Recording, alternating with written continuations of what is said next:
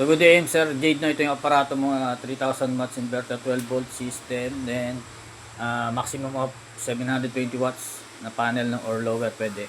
Then sa battery ay pwede kang mag 100 muna, then pero hanggang 300 pwede, no, or 200, walang problema. So yan, HBD natin, nakaset na yan.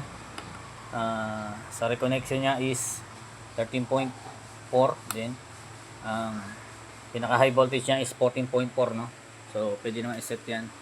Then ito yung low voltage disconnect mo, 11.5. Then ang reconnection is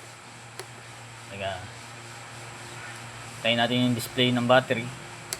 Yan, 1.5 reconnection plus 11.5 dun sa disconnect is 30, no. Iilaw uli LED red, no. Pag may ilaw ng LED red, magkakaroon ka ng kuryente dito sa inverter mo. So inverter mo yan, pag bypass ito, naka ano siya, ibig sabihin naka power bypass, no. Ibig sabihin hindi magpa-function yung LVD niyan, no?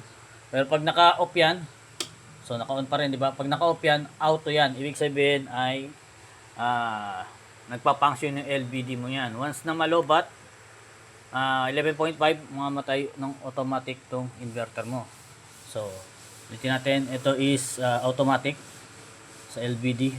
So kapag pinower mo tong mismong inverter, ay bypass yun, no? So better yan, ganyan, naka-off para naka-automatic.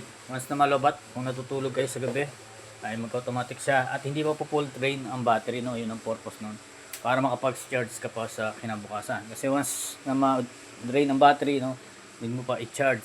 Okay? So yan, ang purpose naman nun kaya may bypass tayo, if ever masira yung LVD mo, magagamit mo pa rin tong inverter mo, bypass, no?